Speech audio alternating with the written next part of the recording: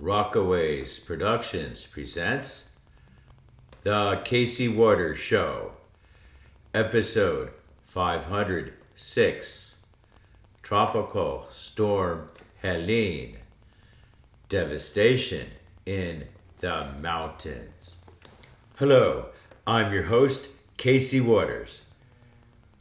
Today's show is filmed under adverse conditions. My time is limited.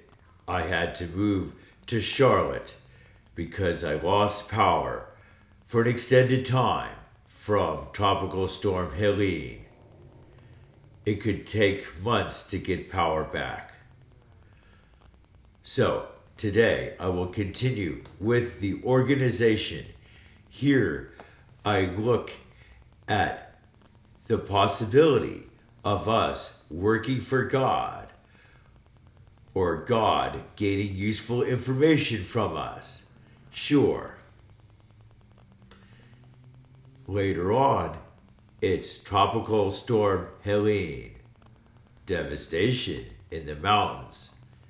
Here, I look at Tropical Storm Helene and its destructive aftermath and what it was like to deal with it all. Today's show will feature background footage from the devastation in my neighborhood. There's shots of Tom's Falls Road, which got cut by a creek, thus partially isolating my community. The only way out now is a rough logging road. Also, there'll be background footage from Campbell Creek Greenway in Charlotte. So now, let's continue with the organization. Our decisions, our activities, our compassion and cooperation, well, they might affect how God creates another space-time with beings in it. Or perhaps we somehow affect other people, other beings in different space-time. Perhaps we affect them directly. So, we might be one of many experiments of beings creating space-time with our perception. So perhaps God has a whole bunch of these experiments going, perhaps hundreds of them, and perhaps the data from one affects the situation in another, and vice versa. So perhaps we are affected by different civilizations out there, different alien civilizations. Perhaps their decisions affect our life, just like our decision might affect their lives. It's all very complicated. And I guess I really don't know much about this. It's just a heap of speculation. But I suspect we are part of something bigger, that there's more to life than just living, that perhaps the way we live our life, and as I said, our morals and judgments and compassion and cooperation, perhaps they mean much more than what they mean to us and even the people around us. Perhaps somehow this is all used by and perhaps even affects God, just like God affects us, or whatever higher up beings, advanced alien civilization, or whatever it might be. I'm just assuming there's someone up there, someone, something more advanced that watches over us, that provides for us, and we provide for them with our information, our data, our experiences, our love, and compassion. and cooperation. Perhaps our love is very dear to God, and perhaps it affects God in a positive way. So we need to love more. Perhaps if we love more, God will love us more. Who knows? I think it's worth a try. So we move along in life, perhaps being part of something bigger, being part of the organization. Now it is time for Tropical Storm Helene, Devastation in the Mountains. This section is filmed under adverse conditions. I don't feel like I have a good setup here. I don't even have my tripod. I forgot it. I don't like the acoustics of the house I'm filming in. I guess it's a little empty and echoey. Also, the lighting's poor. So, a lot to deal with. That's just the beginning. Gee, what a lot to deal with. Tropical Storm Helene. Sure, the tropical storm might have been interesting to watch from a meteorological perspective, but the aftermath, recovering from it, moving to Charlotte, and all of that has been quite exhausting. The exhaustion, the literature of exhaustion. Well, that's what you're gonna get, because that's what it is. It's just total busyness and total exhaustion. Not a lot of fun. So, I guess I might as well describe what happened. So, it was a hydrological and meteorological disaster. Unfortunately, we were not well prepared. The National Weather Service issued a flash flood warning, advising people to flee away from rivers and creeks and streams, but I don't think they knew what we were truly in for. Portions of communities gone, widespread destruction and devastation, many roads destroyed, homes destroyed, lots of devastation, downed trees everywhere, mud everywhere. What a mess. So, what happened is, about 4 days before Tropical Storm Helene struck the mountains of western North Carolina, it actually struck on October 27th. But maybe by around the 24th or 23rd, a stationary front formed over western North Carolina. It was a north to south stationary front, perhaps going from Virginia through North Carolina, through Georgia, through part of Florida, and into the Gulf. This stationary front brought quite a lot of rain to western North Carolina in the days leading up to Tropical Storm Helene. I'm guessing in the 3 days before the storm, I think we had at least 10 inches of rain. Then with Tropical Storm Helene on Friday, September 27th, well, perhaps another 10 inches or more. My rain gauge recorded maybe 20, 21 inches, but I think in reality, we got more like 30 inches. The rain was blowing sideways in the high winds, and so Not all of the rain was captured in the rain gauge. So that's why I think we got more like 30 inches instead of 20. And that's what I heard from, the official reports. 30 inches of rain over 4 days or so. That's almost 3 feet.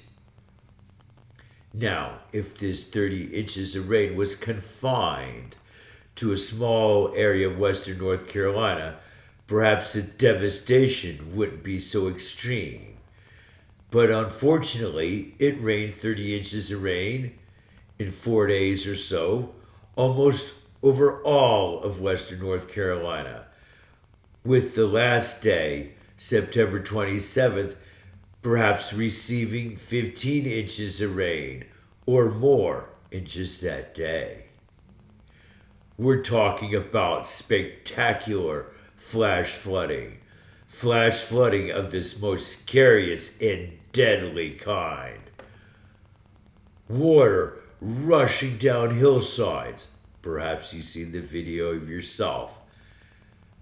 It's like water maybe, let's say, a couple feet deep and maybe a couple 100 yards wide, racing down a mountain, out of the woods, into someone's backyard, traveling at probably 40 miles an hour, perhaps more. The water just almost instantly overwhelms the cameraman or camerawoman, probably knocking them down. Very intense indeed.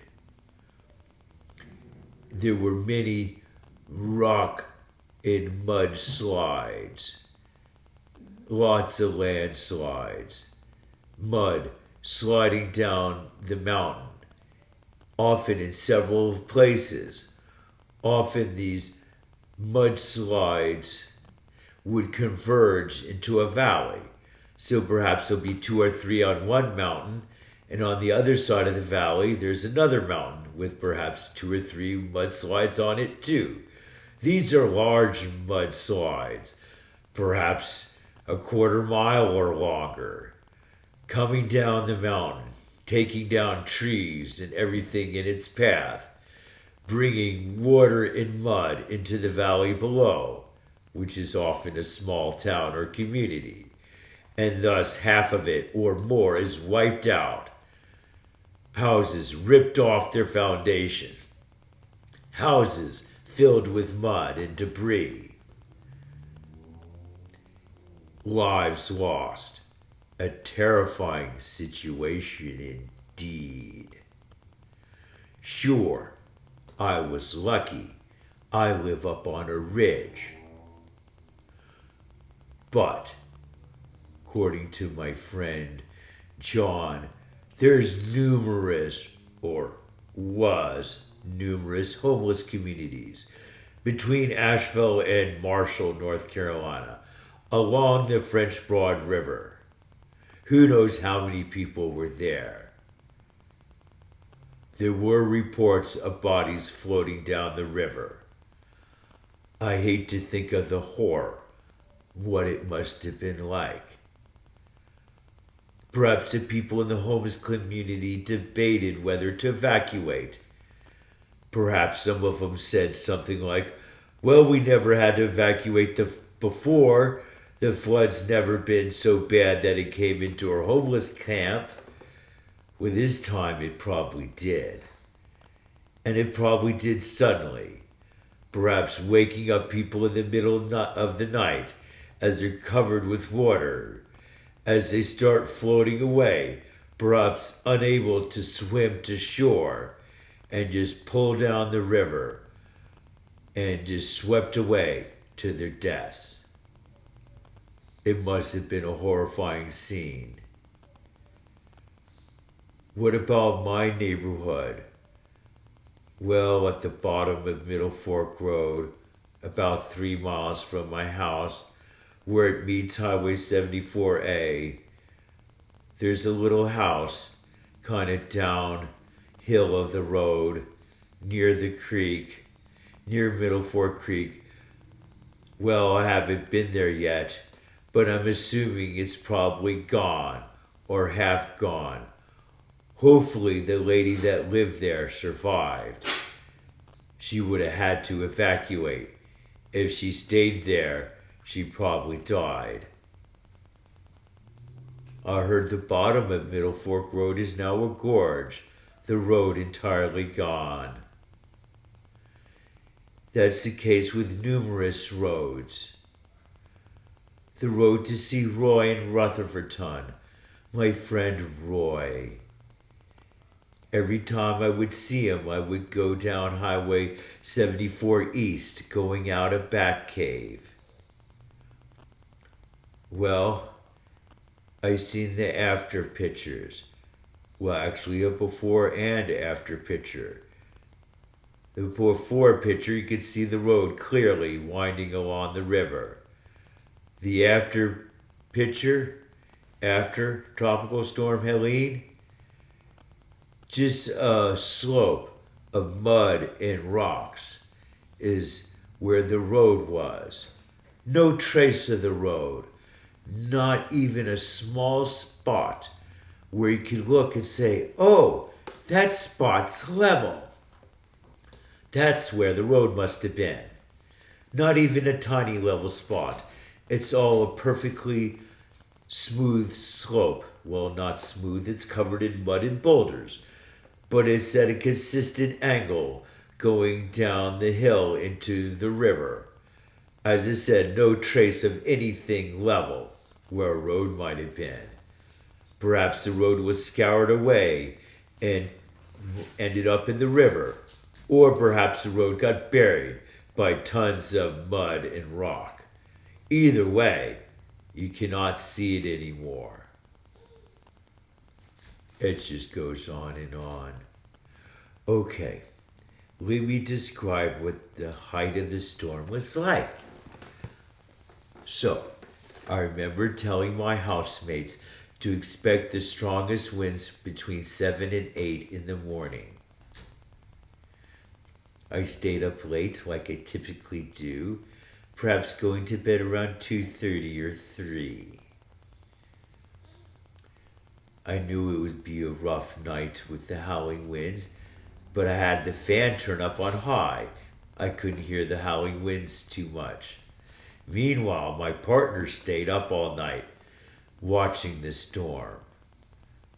Well, I wake up shortly after sunrise, knowing that the height of the storm is at hand. And I look out the window. Did I grab the camera and film it? No, I did not. I was too tired. But I remember looking out and seeing heavy rain, perhaps winds like 40, 45 miles an hour, blowing this heavy rain, all the trees shaking violently and the heavy rain going through the woods. But then, very suddenly, perhaps within a couple of seconds, everything turns white. I could hardly see the edge of the trees, perhaps only 100 feet from me. Instead, all I see is white, and the little bit of trees I could see are moving much faster. Perhaps the wind is around 70 miles an hour now, as the rain is super heavy, so heavy you can't even see 100 yards in front of you. All you see is white. Perhaps you could hardly see 100 feet in front of you. It's all white. That's more like it. I couldn't hardly see further than 100 feet in front of me, maybe only 50 feet or so. It was just all white. White, heavy rain. As I said, the rain was so heavy I couldn't even see the woods. I could see nothing but white. Just a little bit of woods on the edge, perhaps between 50 and 100 feet from me. So I was looking across our small parking area on the top of our driveway. So I was looking out the window across the small parking area, maybe 50 or so feet from the window. I could see a few trees and bushes blowing violently, and perhaps 100 feet of the window, I couldn't see nothing but white from then on. As I said, it looked like the winds were 70 miles an hour. Perhaps this white might last maybe under 30 seconds. Then it would be back to slightly less heavy rain, where I could perhaps see 100 yards into the woods. And the wind would die down a little bit, perhaps only going at 40 miles an hour or 45. Then maybe 30 seconds later, it's white again, solid white, 70-mile-an-hour winds, perhaps lasting 20 or 30 seconds, and then maybe another 30 seconds or minute of less heavy rain and wind. But we kept on getting hit by these bands of extreme heavy rain and high winds, maybe 70 miles an hour or so. I watched this maybe 5 or 10 minutes at the outside. I was so tired I went back to bed. Then I wake up. The rain stops around noon, much like I predicted. By 2, it was, well, probably got light by noon. It was probably light rain. And by 2 in the afternoon, the rain had stopped falling. I went out to ascertain the damage. A peach tree fell over in the yard. The house seemed largely okay. However, going down our driveway, which is very long and steep, probably 1,000 feet long, steep and windy, but paved. And it held. The paved driveway held.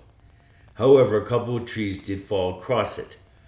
One of them, my friend John and I were able to eliminate with a little 14-inch chainsaw. The next one, well, was too big. So I thought I could call my yard maintenance man in to deal with it. But he said no, it's too difficult for him, too dangerous. The tree is 40 foot long. It's hung up in another tree. It never made it all the way to the ground when it fell. Perhaps it's hung up in another tree 20 or 30 feet high. So it did leave a space on the driveway where if you drove on the left side going down, you could get under the tree, at least with my Subaru Forester and my friend's pickup truck. Anything much bigger probably won't make it, including the propane truck. Propane's needed for us. So we, of course, lost power. We ran our propane generator for a week. Now we're down to about a little over 20% propane, perhaps just enough for 2 more days. That's when we shut down the generator and we moved to Charlotte, saving our last little bit of propane for the next storm or emergency, knowing it might take a long time to get propane delivered. So we left. It was Friday, a week after the 27th, so perhaps around the 4th of October. We left our home in Bat Cave, North Carolina, moving to Charlotte, North Carolina. So, Bat Cave, as well as many other areas in western North Carolina, perhaps all of western North Carolina, is a FEMA disaster area. And I'm assuming there's different levels of FEMA disaster areas. And I'm assuming we're one of the worst levels. One of the levels that it really is, widespread destruction. So we have it, this widespread destruction. As I said, towns gone, or most of them gone. Roads gone. Widespread flooding. Creeks and streams anywhere from 10 to 20 feet or more above their banks. This was bad. Very bad. Very devastating flooding. Lots of places wiped out. So, what happened is,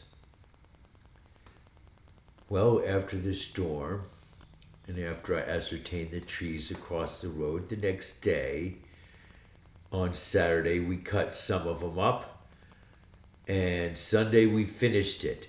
At least getting it to the point where I could drive under the tree that fell over the road. I drive under it, thinking I'm going to town. Well, perhaps in any other tropical storm or flooding event I would have been able to. Not this one. I didn't get very far, perhaps only driving under 2 blocks past the end of my driveway. And next to a neighbor's house, where their driveway meets the road, well, their driveway turned into a creek. And this creek coming down their driveway cut across the road. And there was water flowing across the road. It looked like a couple feet deep in spots. I was too afraid to cross. I turned around. And then Monday came. And I'm debating whether to cross or not. I get out to ascertain the situation. Suddenly I hear a voice. Hello, hello. Well, I was convinced it was my neighbor. I look over that way. He's not there. I look over the other way, and down the road, across the stream, just down the road, perhaps 50 feet from me, is a neighbor who I never met. And he told me about the devastation, about how our main road was destroyed, how there's no way out except for the logging road, which is very muddy. So, our neighbors had backhoes and little bulldozers, and they quickly got to work putting some gravel and dirt on the road in the muddy spots, plowing it to smooth it. It took them a few days, but eventually on Thursday I was able to drive out. In the previous days, I would drive along the road. Casey Waters Show. Producer, Casey Waters. Graphic editing, Judson Laird.